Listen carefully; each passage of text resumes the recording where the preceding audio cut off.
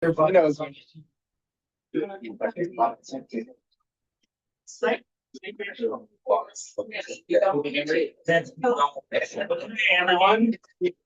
about to begin. I have the honor and privilege of introducing Daniel Bowker. Daniel is with the Coalition for the Poudre River Watershed.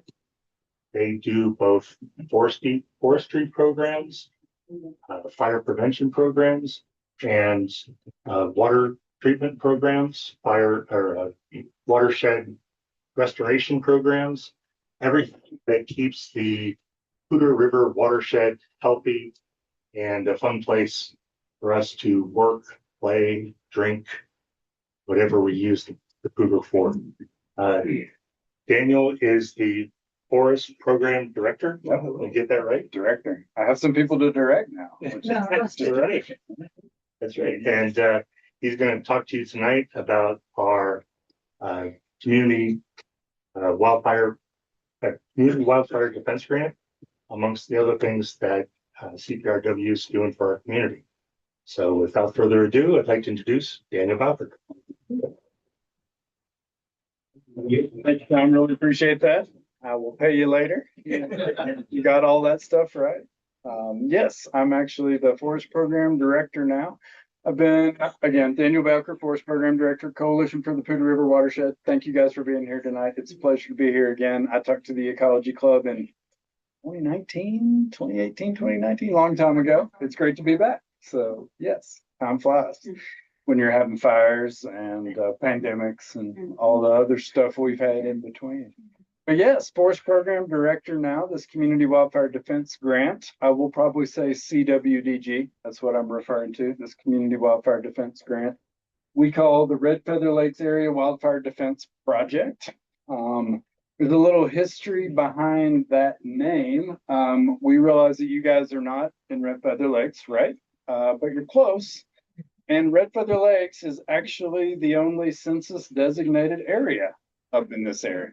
So we use Red Feather Lakes as our center point for this project, even though they're CWPP, another acronym. I'll try to explain all these. Please stop me if you want me to explain some acronyms. Their community wildfire protection plan wasn't ready to roll yet when we got this going, but they were the census designated place. We used them as a center point, called this whole area Red Feather Lakes area.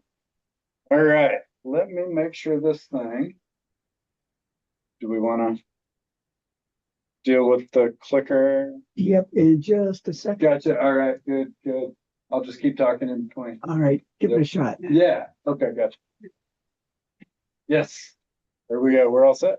All right, cool. Thank you so much. Appreciate it. Let's see where to start. CPRW, Coalition for the Poudre River Watershed. There I go with acronyms again. Sorry. Coalition for the Poudre River Watershed. We are a local 501c3 nonprofit based in Fort Collins. Our mission is to improve and maintain the ecological health of the Poudre River Watershed through community collaboration. That's what we're doing tonight, collaborating with communities. That is primary to our mission because even though I hired 2 people, we only have 7 people on staff. This watershed is slightly smaller than Delaware. We would need a little more help if we didn't do so much collaborating. So that is integral to our mission. You guys probably are very familiar with the watershed, but some of it comes from Wyoming, which is interesting. Some of the water from Wyoming flows into Colorado, into the Poudre River watershed. We work from the headwaters in Rocky Mountain National Park all the way down to the confluence with the South Platte at Greeley. So very large watershed, goes into the South Platte. Very important for about 300,000 people's drinking water, as well as all the other stuff that Tom mentioned, all the recreation and the habitat and the forestry, forest products. Great place to live, like where you guys live. Brew a lot of good beer from Poudre River water. All kinds of good tech industry, all kinds of good stuff comes from our watershed. And we have several programs. Wildfire recovery, which Tom mentioned. So we've had a couple big fires in our watershed. Who was here for High Park? And who was here for Cameron Peak? Yeah, absolutely. There's a reason that you guys are out front in some of this community planning and organizing and getting grants and all that kind of thing. It's because you've had those experiences of those big fires. other watersheds in the state, it's not as real to them as it is to you guys. You guys have evacuated, you've eaten smoke all summer, you've seen it happen. So you guys are a little more ready than other communities to do some of this stuff, which is why we're doing it here. So wildfire recovery, we got our start after the High Park fire and the flooding in 2013 as a stream restoration organization. Then we moved into all these other programs such as forestry. I have a forestry background. Actually, just realized I had my University of Kentucky sweatshirt on. So I've got a forestry background in Kentucky, moved out here in 2010, been out here about 16 years, working mainly in natural resources and forestry. We also do a lot of river restoration, stream restoration work. A lot of what that looks like these days is stream habitat restoration, such as who's heard of beaver dam analogs or post-assisted log structures? Yeah, some really cool stuff there. If I can talk fast enough, I've got some great pictures of that stuff at the end, which is a little outside of what we'll talk about, but it's all related. Forests and the streams, it's all one thing. We do a lot of science and monitoring. Who here has done some citizen science with us? I know one. Yeah, exactly. So we do a lot of citizen science, a lot of monitoring, water quality, a lot of that kind of stuff. And we do a lot of community outreach and education, part of what I'm doing here tonight. Oh no, we've lost it. Try it again. There we go. Awesome. Forestry program. This is mine. I am the forest program director. Like I said, I've been with the organization since 2018. It took me until just this year to finally hire a couple foresters. It takes money and people to do this work. So we finally got a big grant where I was able to expand my program. We work with the Northern Colorado Fireshed Collaborative. I'll probably say Fireshed. That is an umbrella organization. I've got a few slides about them here in a sec. All of our partners, state and federal forest service, county emergency management, other watershed coalitions, water providers like City of Fort Collins, City of Greeley, Northern Water, all of us work together to increase the pace and scale of these forestry treatments on the landscape. We live in a beautiful place in the world where fires have been put out very effectively for over a century. We now have too many trees. You can get a forestry degree and learn the same thing. We basically have too many trees in our forest. They're overly dense. We've excluded fire. We need to reintroduce fire to the landscape in a safe and effective way. And to do that, we got to get a bunch of sticks out of the way first. We got too many out there, the long and short of it. So we work with the Fireshed Collaborative over this large landscape. It is a large landscape, all the way from the Wyoming border down to Clear Creek County, about I-70, over into Grand County. This is what we call the Northern Colorado Fireshed Collaborative landscape. It is an absolute checkerboard of land ownerships. You guys know this. You got Forest Service pieces in and among your communities. We got state land. We got a big national park, the donut hole right in the middle. A little bit of BLM land over in Grand County. Lots of private land up where you guys are. And so that is the idea of this Fireshed Collaborative. If the feds only did what they were going to do on their side of the fence, we'd only get half of it done, right? If you guys only did what you were going to do on your side of the fence and the feds didn't do theirs, we'd only get half of it done. We all have to work together to increase the pace and scale over a landscape as large as ours. Lots of different organizations within the Fireshed. It's 40 plus these days. And so, yeah, state and federal forest service, all the water providers, folks like the Ember Alliance, fire districts, the other conservation districts, organizations like mine, watershed collaboratives.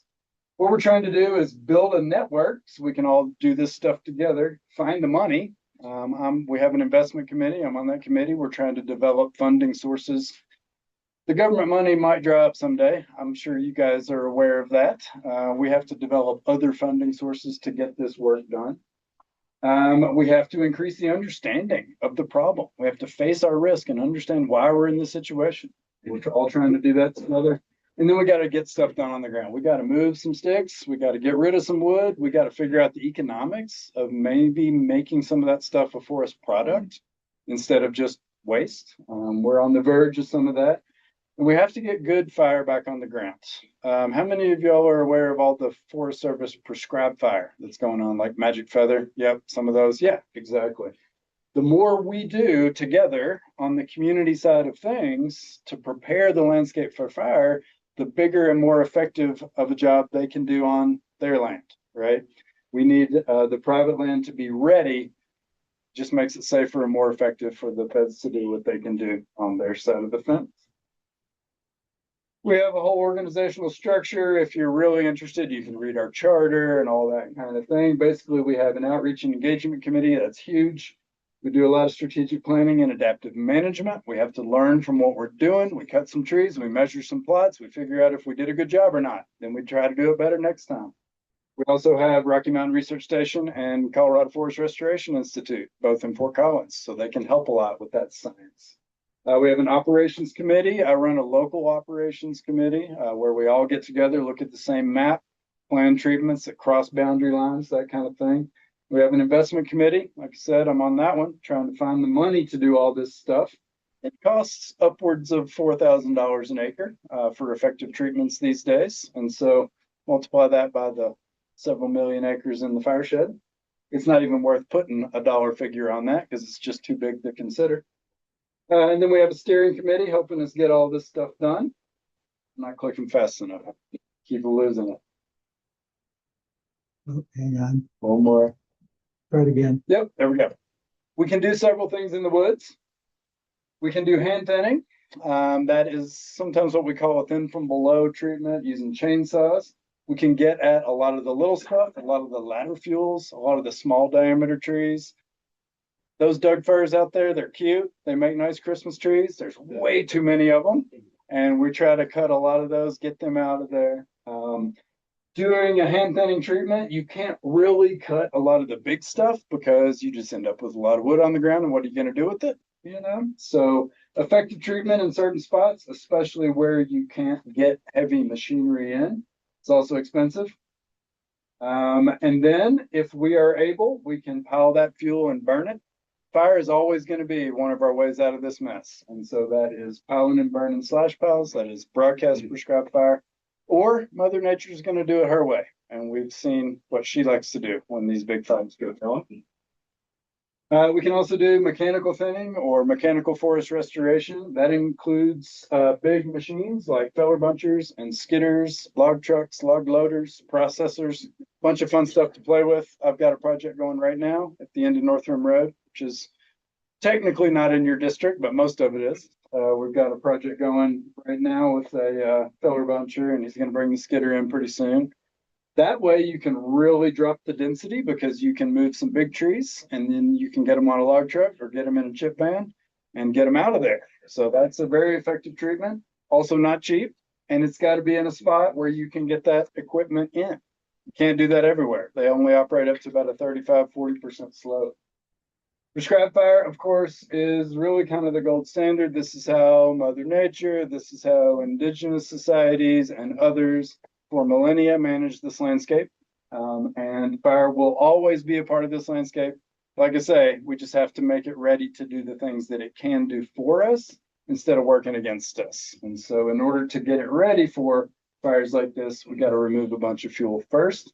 But then fire does all kinds of great things that we just can't do, either hand thinning or mechanical thinning. For one, how many of y'all on your property, you've got like a foot of pine needles and duff? I mean, just really deep stuff. That does not accumulate with regular fire. That's one of the things you just can't get to by hand or with machines. So fire helps to get rid of that stuff. It also regenerates a lot of the really diverse species that we have in the understory around here.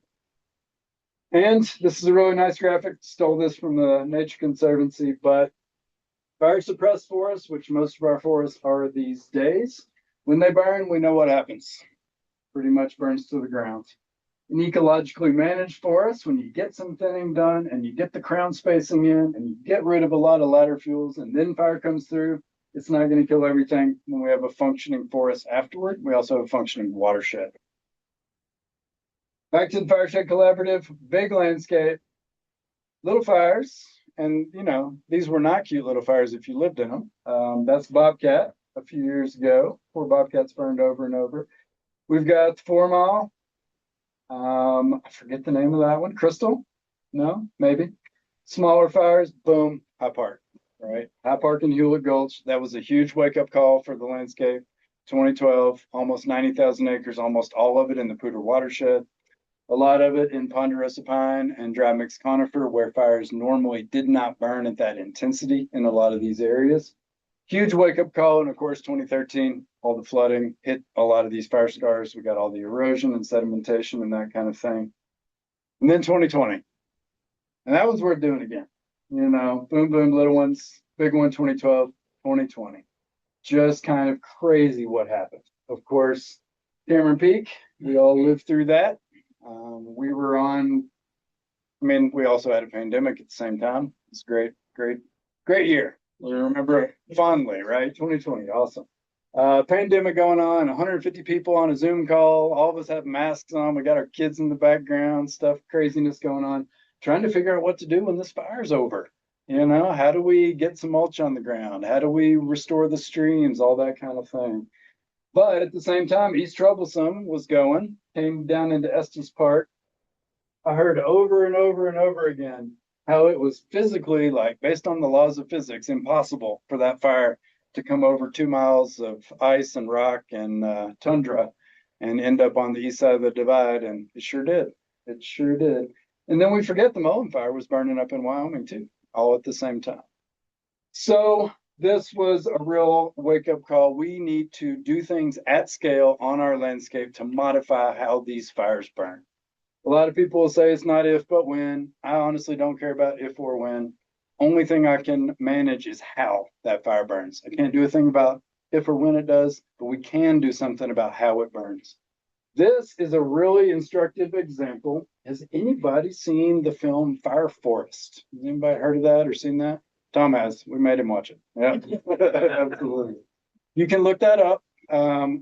A collaborator of ours put that together after the Cameron Peak fire. It tells the story that I have on this map. And this is a map that you guys lived. That's Glacier View right there, right? So just to point out what we've got going on, Cameron Peak is the big scary red thing that was coming down from the wilderness and got into the River Canyon and came up towards Glacier View and Red Feather over that Labor Day weekend. You guys were probably watching the cameras like I was on Saturday night at midnight, trying to decide if Red Feather was going to burn down. Luckily, it did not. But these big yellow blocks are federal prescribed fires. So Magic Feather up there. This one is Elkhorn. This one is Pingree Hill.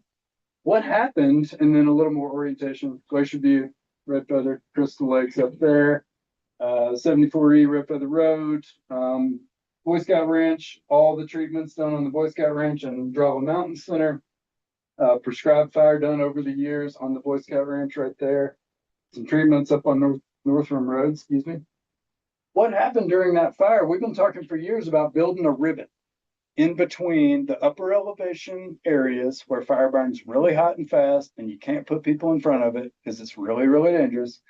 And where all of our stuff is, where you guys live, where our water intakes are and cabins and roads and power lines and all that kind of thing, trying to build a ribbon of treated ground, basically from Wyoming down to Clear Creek, in between where you can't manage fire and in between that and where you can. And so in this area, we had done that over time. So the feds had done some great prescribed fire. A lot of CPRW collaborators and the Conservation District and others had done a lot of treatment along the Elkhorn Creek Canyon there. So when that fire came down the River Canyon, down here, and hit those two big blocks of federal prescribed fire, it came out of the trees and hit the ground. That's what happens when you just burn the year before. There wasn't enough fuel to keep it going through that big yellow block right there. Fire will find a way though, so it squirted north. It found that untreated ground up in Manhattan and Elkhorn Creek area, started coming down the Elkhorn Creek Canyon, and then it hit those treatments that the Larimer Conservation District had done on Drava Mountain Center and Boy Scout. When that happened, it came out of the trees again and hit the ground. Firefighters had to pull out and get out of the way when it's coming down Elkhorn Creek, but once it hit those treatments, they were able to get back in and catch it there. So we have, you all have, a real world example of why building this ribbon is so important in this landscape. It actually worked in Cameron Peak, which to me is really cool. Not everybody has a map like this that they can show. A lot of places it's theoretical. Here it actually worked. So that's always been the idea. Build this ribbon. There's what, 1,500 parcels in Glacier View, something like that. So let's build this ribbon in between where we can't do much with these big fires and where we can. That's the idea. So here comes Red Feather Lakes Area Wildfire Defense Project. We should have come up with a cooler acronym for that one because I can't make it into anything. So we call it CWDG. That's our Community Wildfire Defense Grant Award. This program came out a few years back. We applied for round two. $250 million was awarded nationwide. In Colorado, we ended up getting about 28 million of that. And in our landscape, so CPRW and Larimer County Office of Emergency Management went in on this grant together with the communities of Glacier View, Crystal Lakes, Cherokee Meadows, which is a road association up in Livermore, and Poudre Canyon. All those areas had their community wildfire protection plans done and were eligible. We wrapped all those together and asked for $9.7 million. Thought it was crazy that, we'll never get it, and we got it. So we are sitting on some pretty good money to get some of this stuff done. By far the biggest grant I've ever landed. So you should have seen my boss's face when she realized that we had to spend almost $10 million. I mean, she was happy, but at the same time, you need people and trucks and all that kind of thing to get this done. So yes, based on the CWPPs. So an important thing to say about this is not something that I dreamed up, that Josh at Larimer Emergency Management dreamed up, anything else. This is based on your all's prioritizing of your wildfire risk through your community wildfire protection plan. And I know the fire district and all the community organizations had a lot to do with getting that done. It also wasn't free. It cost some money, but it made you eligible for implementation money through this community wildfire defense grant. So that's huge. This is really community-led, community-driven. We're trying to address the priorities that you guys identified in your CWPP. It's a cool part of this, I think. A little graphic of where we are. That's why Red Feather ended up being our center area there. So Glacier View, Poudre Canyon, Cherokee Meadows, and Crystal Lakes all have their CWPPs done.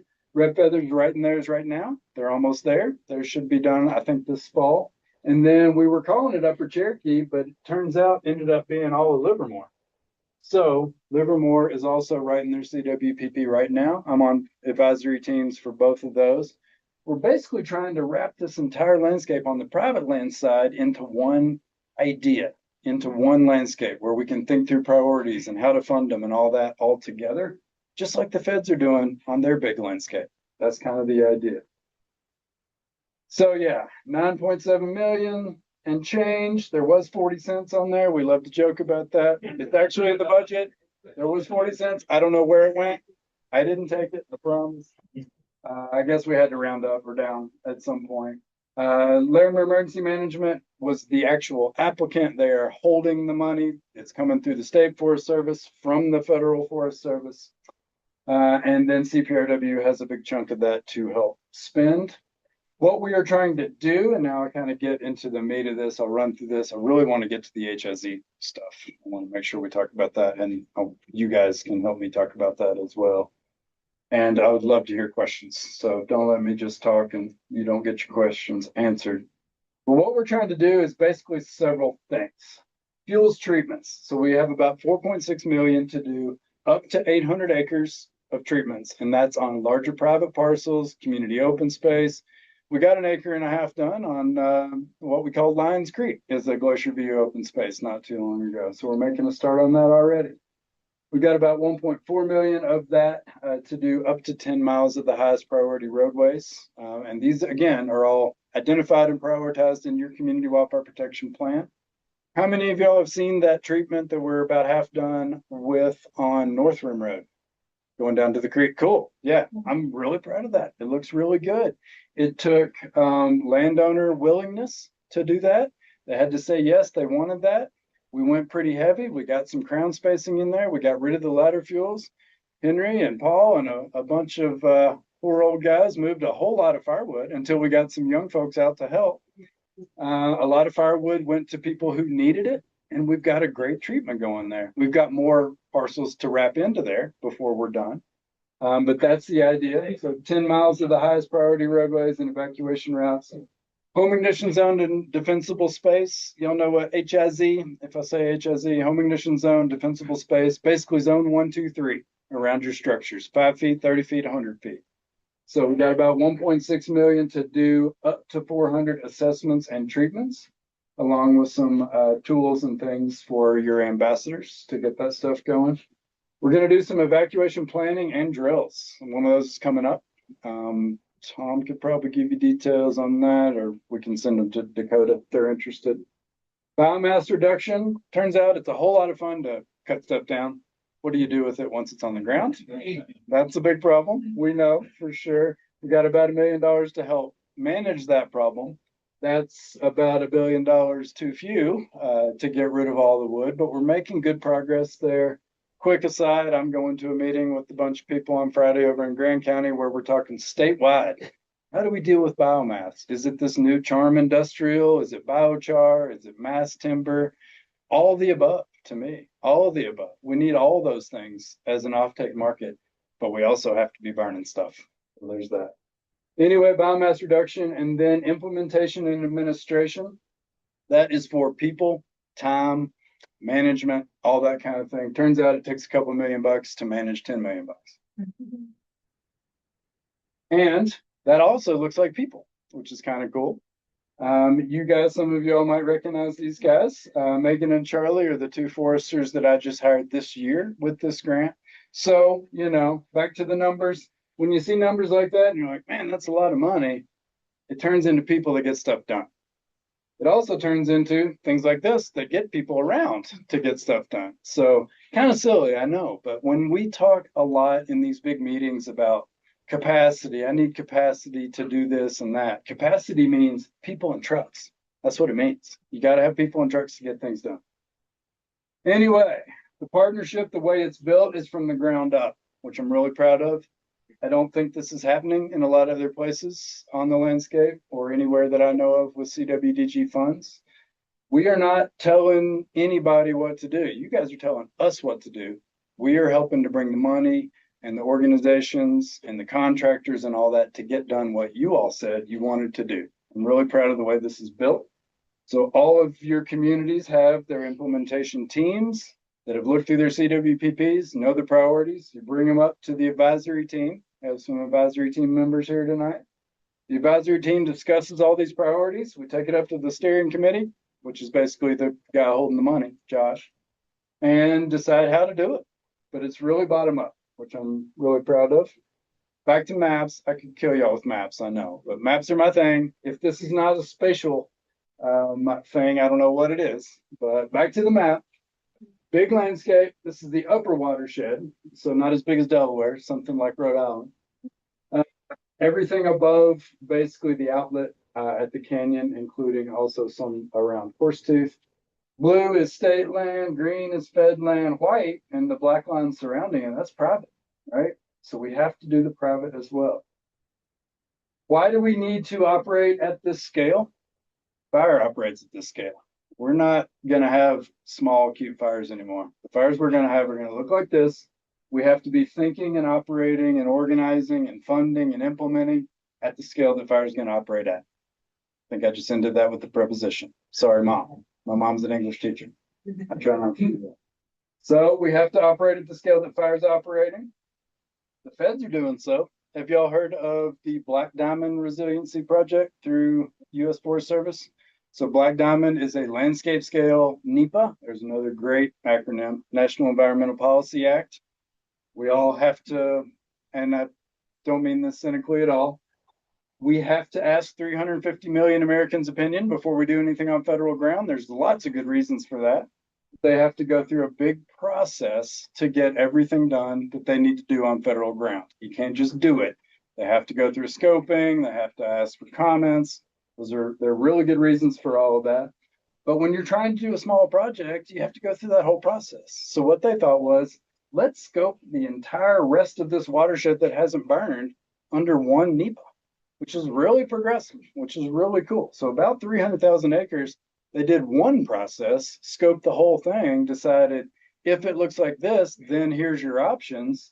That's signed and ready to go. And so if fire's going to operate at that scale, if the feds are going to think and operate at that scale, we have to too, which is why in the purple there, those are our community wildfire protection plans. Those are our CWDG communities. We have to operate at this scale too.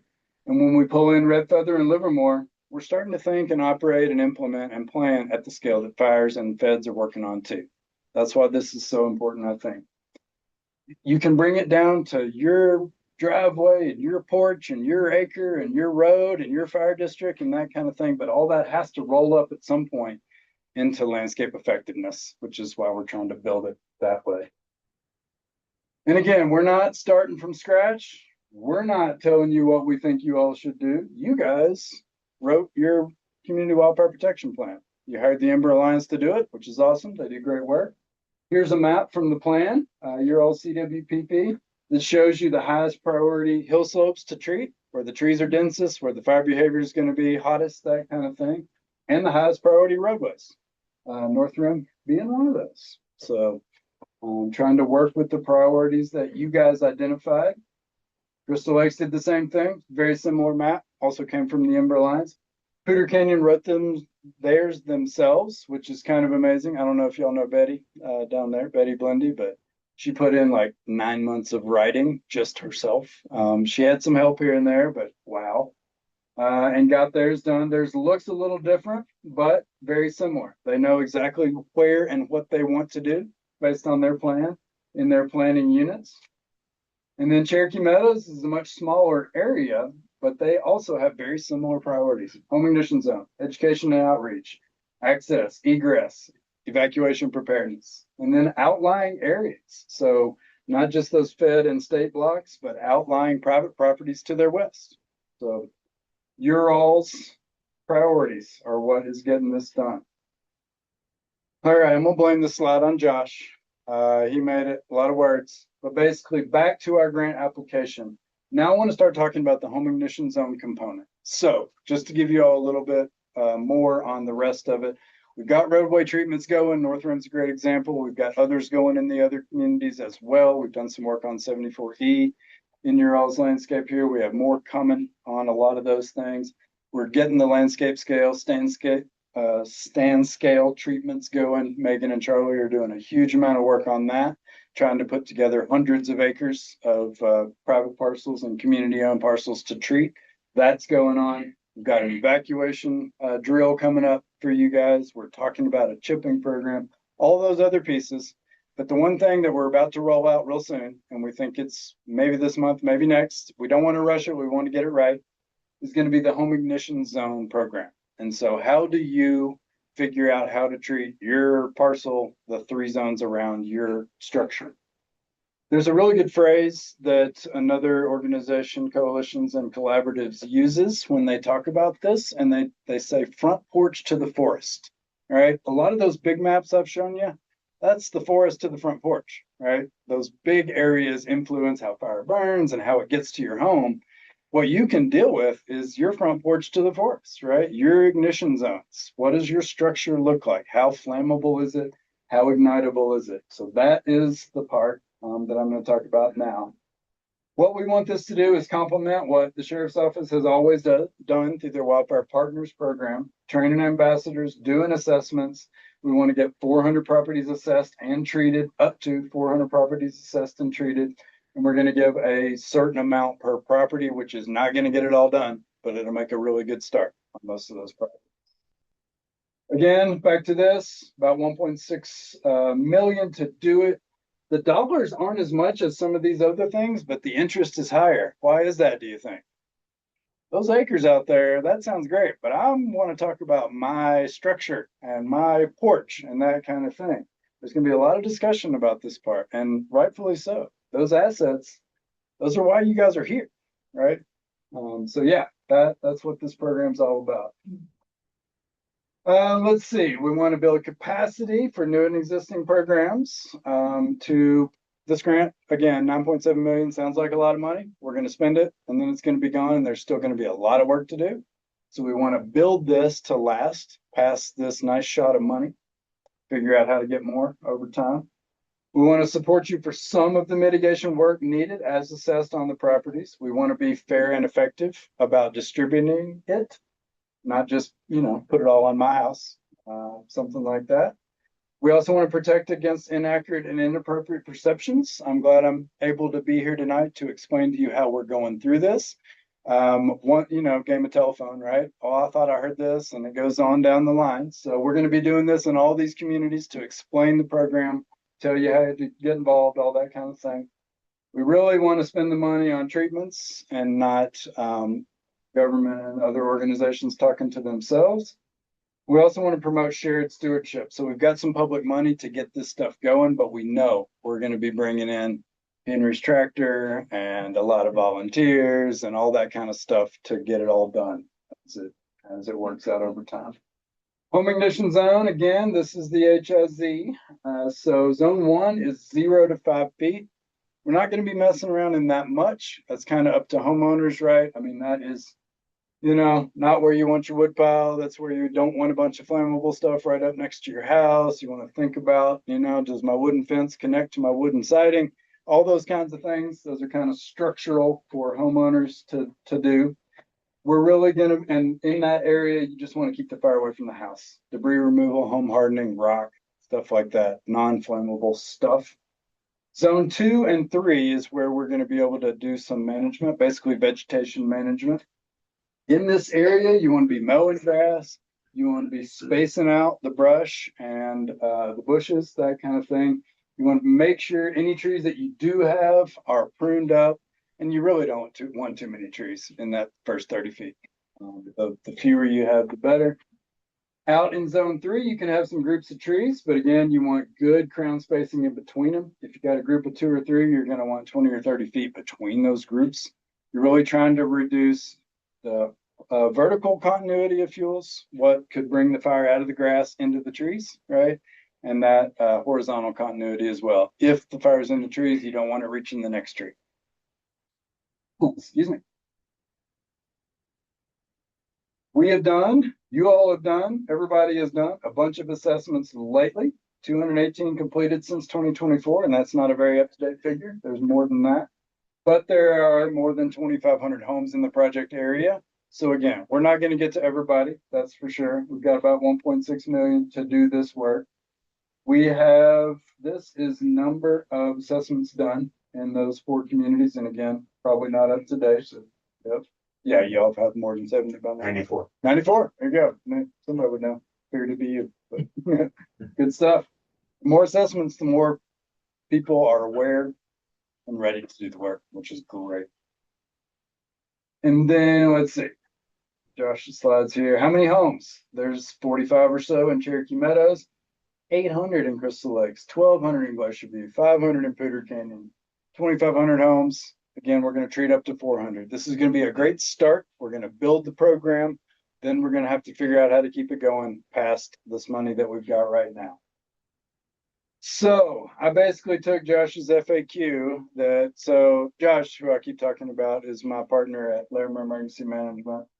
He put together, the guy loves to type. He put together like a 17-page manual for this program with a really nice FAQ at the end. I just pulled the FAQ and put it on a few slides, trying to pare it down a little bit. If you want the 17-page manual, we'll have that out here pretty soon. It's perfect. It's great. It's very detailed. I love the guy. He does great work. But what are we going to do? What kind of work can we do? Eligible defensible space and vegetation management work. Thinning brush, removing dead vegetation, lemon trees, ladder fuels, and getting rid of the woody material. That's what we're going to be able to do. What can we not do? We're not going to be doing roofs and vents and screens. We're not going to be bringing rock, gutters, any of that kind of stuff. That's going to be up to the homeowners to manage. The assessments will give you tips on what to do about those things, but the money that we have is going to be mainly just for vegetation.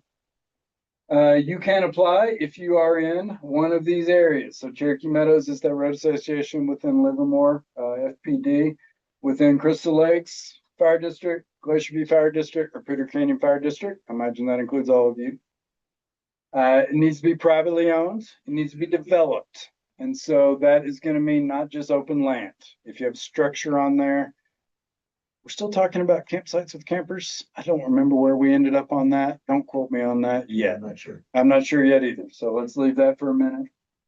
Basically, if you have a structure, definitely yes. You need to have a home ignition zone assessment, and your local partners here can tell you how to get one of those.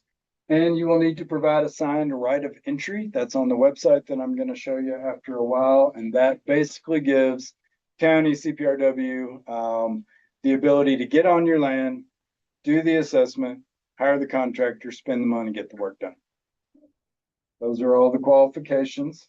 Yes, you need a home ignition zone assessment. Why do you need an assessment? Well, we could all kind of guess about what we should do on our properties, but it is very important that the fire district and the community organizers with the fire district come out and do that in a formal way. There's some specific software. You have to, do you want to add any color to that there? Why is it so important to get that formal assessment? I think people that have had an assessment have learned more than they expected. Yeah. I think people, when they call for an assessment or they hesitate for an assessment, they wonder, what trees is he going to tell me to cut down? Sure. And a home ignition zone assessment is so much more than that. Part of it is which vegetation can we remove in zone 2 and zone 3, but a lot of it is limbing up, not just removing trees. And it's a way for us to educate you as to what needs to be done. It's a way for you to tell us what's important to you. And it's a way for us to take the home ignition zone, which will then become a work scope for the contractor that comes out to do the work. Perfect. Couldn't have said it better. Thank you, Tom. Exactly. So, what if you hadn't had an assessment yet? You can connect with all of our partners. You can connect with your fire district. They can help you get that assessment. That is so important to show you not only, like Tom said, what trees to cut, but you get a lot more depth of perspective and education. You also talk to your fire district, which a lot of people actually don't do, believe it or not. It's good to have that connection. Again, this is community led. This is really fire district led. And so having that connection and having that back and forth is a huge part of what we're trying to build here. And how do you know whether your property already has an assessment? You can contact the program and they can tell you whether you've had an assessment or not. The application will be available online soon. We will also have a paper application if you prefer that. Again, going through your fire district is the way to find out about this. It will also appear on the CPRW website for our grant page, which I'll show you in a bit. Is there a deadline we may have just to manage the amount of applications that we think we'll have? Again, 2,500 potential. And 400 we can do. So we may have to have some open windows and deadlines and that kind of thing. That's all coming out. That'll be posted on the webpage. If you apply, will you get help? Can't guarantee it for sure. But I can guarantee you that you won't get help if you don't apply. So definitely put in an application. Then it's really going to be up to the community groups and the committee to figure out who's eligible. So how are these applications reviewed? They're reviewed through a committee process. It's going to use the priority categories, a lot of that coming from your community wildfire protection plan, and really considers the overall situation of the property. Is it strategic? What's the risk? Is the applicant, do they need help? All that kind of thing. What other kinds of things are considered? Yeah, wildfire risk mitigation need, barriers. Do they have barriers to actually getting the work done? Have they made an effort before to do some mitigation work? Are they ready? Are they just pretending? Are they really ready to move forward? Does it have community benefit? And is it fair? Those are a lot of the things that those committees are going to be looking for from the applications. You can get up to $4,000 per property.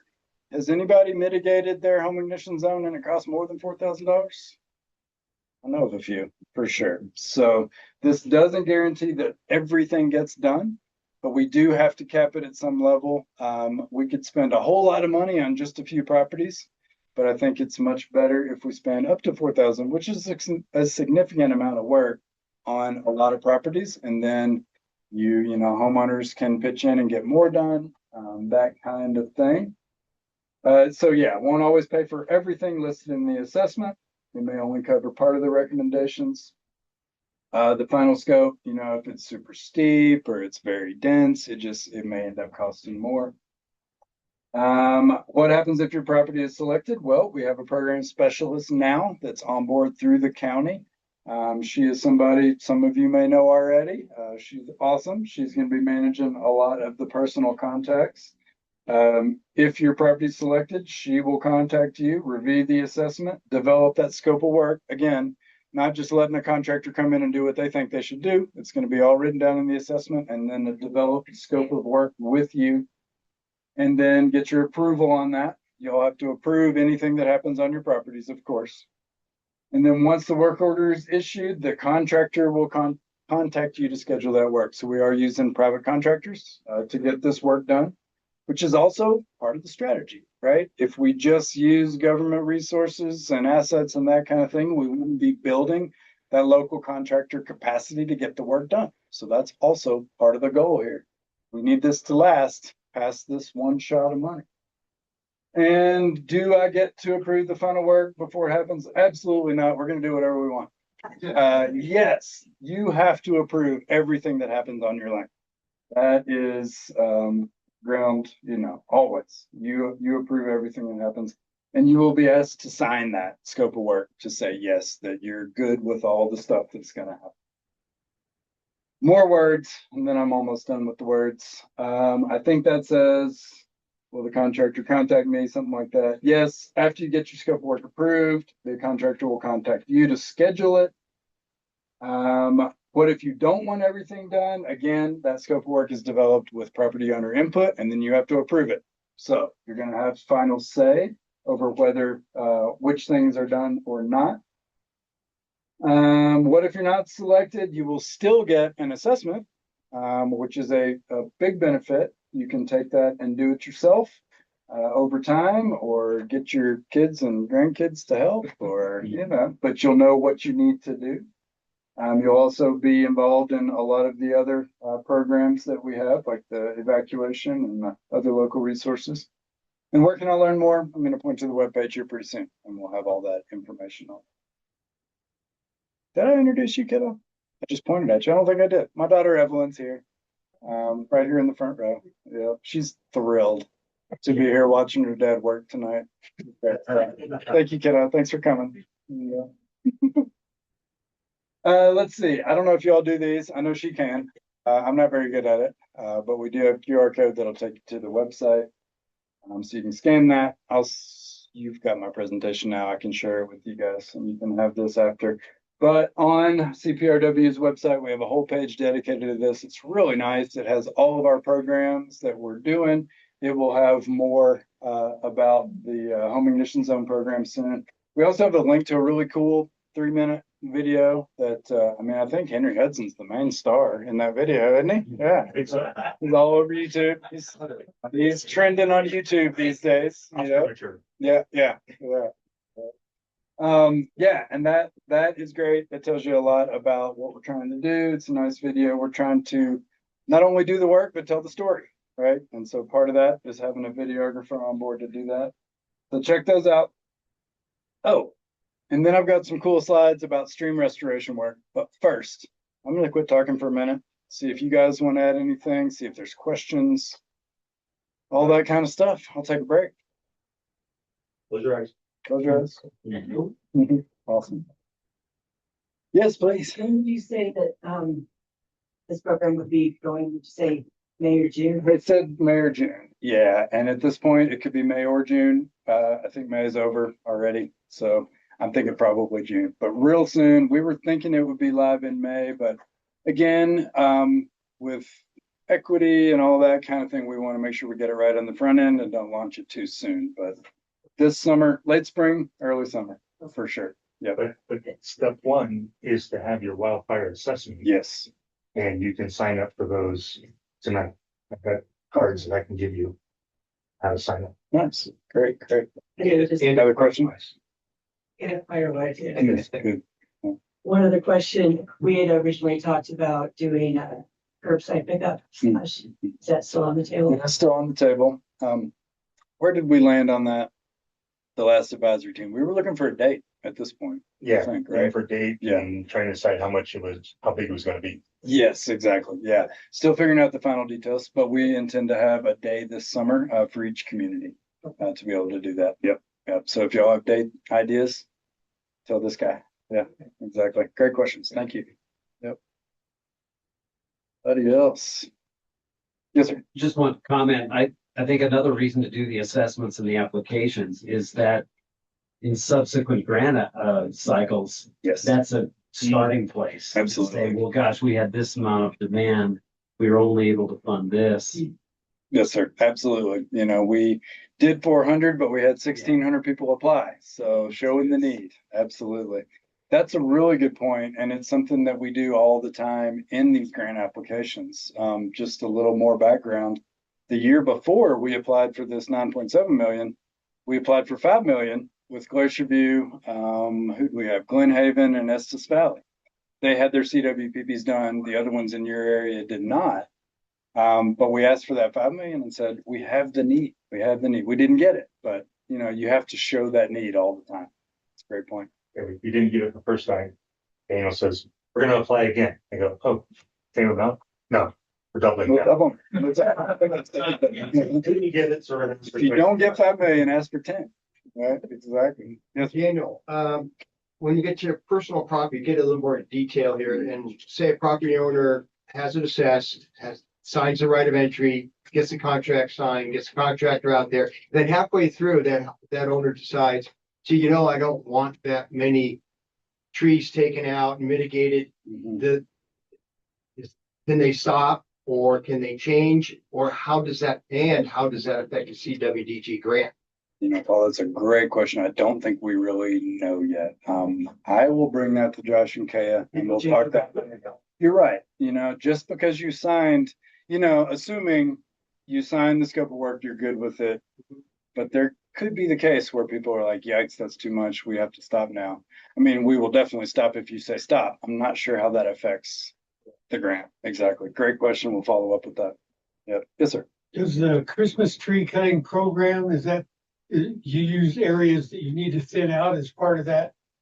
You know, we hadn't talked about Christmas trees with this. I mean, we could definitely get some Christmas Get rid of trees. that smaller, We absolutely could. You know, the Boy Scouts do that every year. and even the bigger lumber, Mhm. you know, if you had it down and you just needed to get rid of it, you could put out the word and anybody with a pickup truck that heated their home with wood. Yes, sir. Absolutely. And that has happened on some of our roadway treatments already. We've just stacked it, had homeowners take it, had the fire district and the conservation corps manage it, bring it to a wood bank, that kind of thing. So you're absolutely right.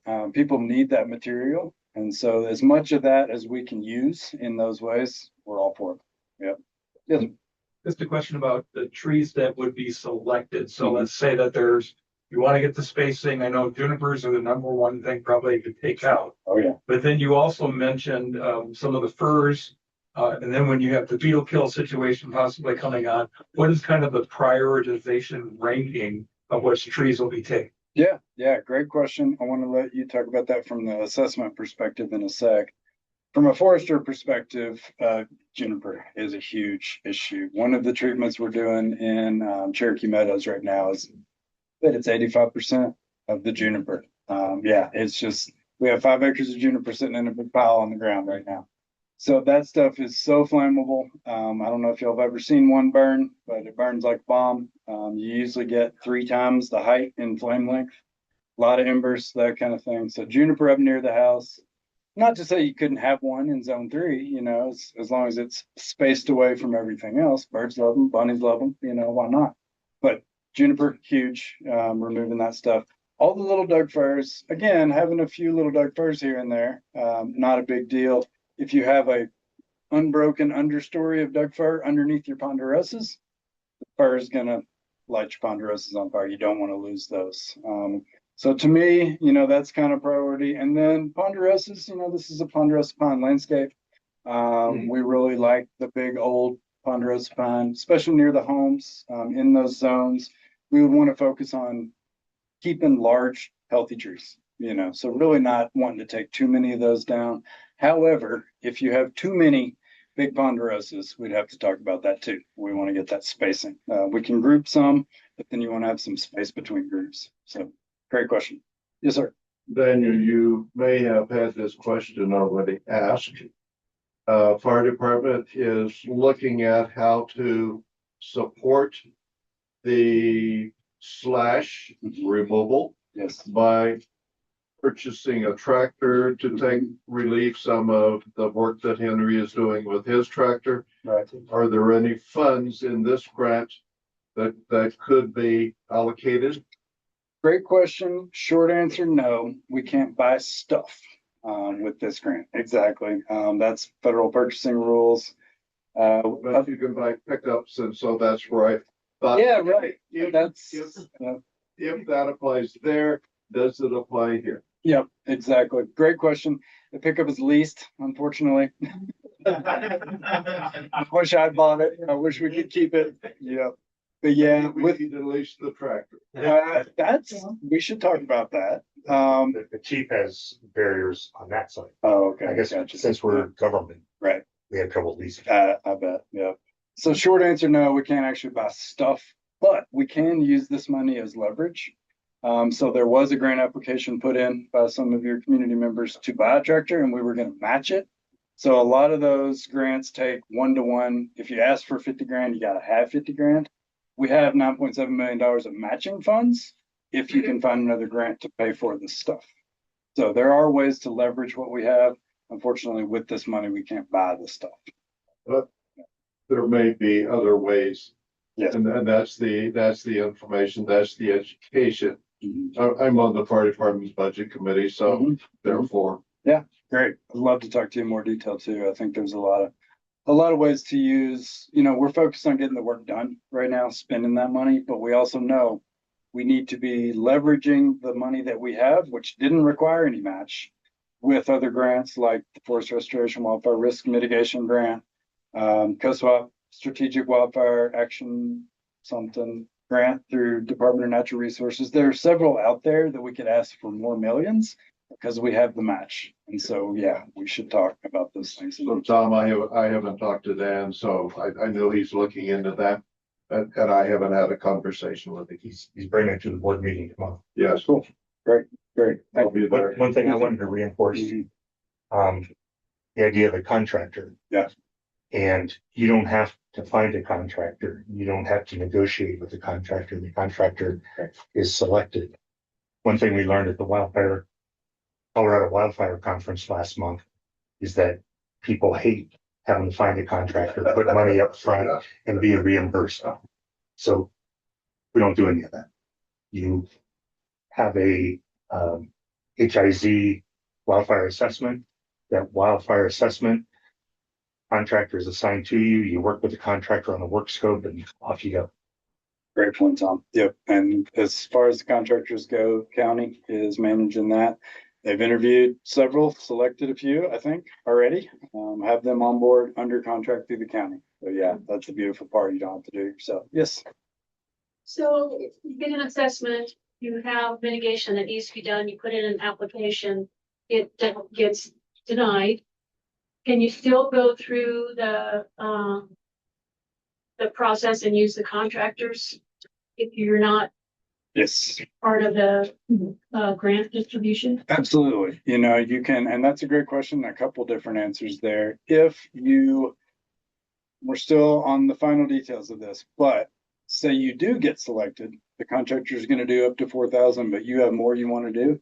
You're welcome to pay that contractor while they're there to do the rest of that. So that's one way to go. And then if you are denied, if your property is not prioritized, you have the assessment already. You already met the contractor. You could work directly with that contractor if they have the time and say, hey, can you come back in July and do mine? I'll pay you. So yeah, absolutely. Great question. And all assessments, whether you get a grant for a contractor or pay a contractor, the assessment belongs to you. We don't send it to an insurance company. Right. If an insurance company calls up, we don't give it to them. We've had realtors representing buyers of properties that we've denied. The homeowner can ask for assessment. The report is yours to do with as you want. You can share with your insurance company. We do not. Great one. Follow up on that. So it belongs to the current homeowner. Who does it? If there's if there's an assessment that belongs to the property from like a previous homeowner. I imagine it would go on now. If it's 5 years old, trees get bigger, you might need a new assessment. Sure. Yeah, great question. I hadn't thought of that. Yep. Awesome. You guys are turning this over in your heads. This is good. Good stuff. And if I don't know all the answers, I can find them out for sure. So keep track of our website. Really just go through your local fire district. They will have all the answers too, for sure. Keep an eye on Nextdoor and Facebook too, because we'll be posting updates. Good. Yeah. Great. I also want to say that within our fire district, our community wildfire protection plan implementation team, we were here before this grant. We'll be here after this grant. And we've had volunteers that have been doing mitigation on our evacuation routes, according to our CWPP, have been working in community areas like the banner that Elizabeth put up along 74E. That was a project that a lot of you worked on. We were doing assessments before this. People were working on houses before this. This just takes all these actions and puts it on steroids. Instead of 4 guys in their 60s and 70s working on evacuation route for 4 hours a day, having 5 people in their 20s working 8 hours a day. Yeah. When I saw that video and saw them throwing limbs, Yeah. yes, that is what we need. Absolutely. We also need younger people on our CMD team. Certainly. We need mitigation volunteers. We just got a new batch of ambassadors. We used to have 9 ambassadors. We recruited 12 more this spring. So we actually have more ambassadors than assessment requests right now. So sign up. Nice. Great. And I brought y'all a 12-year-old if you want to. For a bit, she's strong. Yeah. Oh yeah. It's a volleyball, a long way. Great. That's a lot of what I got for you. Yeah. Like I said, we also do a lot of stream restoration work too. I'd love to, it's, I've run out my time, but we can talk about that stuff too. And a lot of what we're trying to do these days, we got wood on the hill we don't need, right? A lot of our creeks and streams and rivers don't have the wood they do need to spread that water out, slow it down, beaver habitat, that whatever you feel about beavers, their habitat does good stuff for the water. And so we're doing a lot of that kind of thing too. And that's one of our outlets for wood in a lot of ways these days. Take it off the hill, put it back in the creek where it's supposed to be, spread the water out, slow it down, change the way those things happen. So doing a lot of cool work like that. Only in the places where we can, with all the permitting, not flooding anybody's cabins and roads and that kind of thing, for sure. Yep. Good stuff for an ecology club. I'll probably want to know about all that too. Cool. Thank you so much. Really appreciate your time. Thanks for having me. So next month, speaking of beaver, we have beaver biology talk by Nick Hagan, who's with Management for Riparian Habitat Restoration, and we'll be also coordinating with Larimer County Farmers Union. Larimer County Farm Alliance. I don't have that. So cool. That's great. That's awesome that you're following mine with beavers. yeah. Yeah. That stuff works together. It really does. Absolutely. Yeah. Very cool. There's snacks over here if you want. Thank you all so much. Appreciate it. Oh, you guys.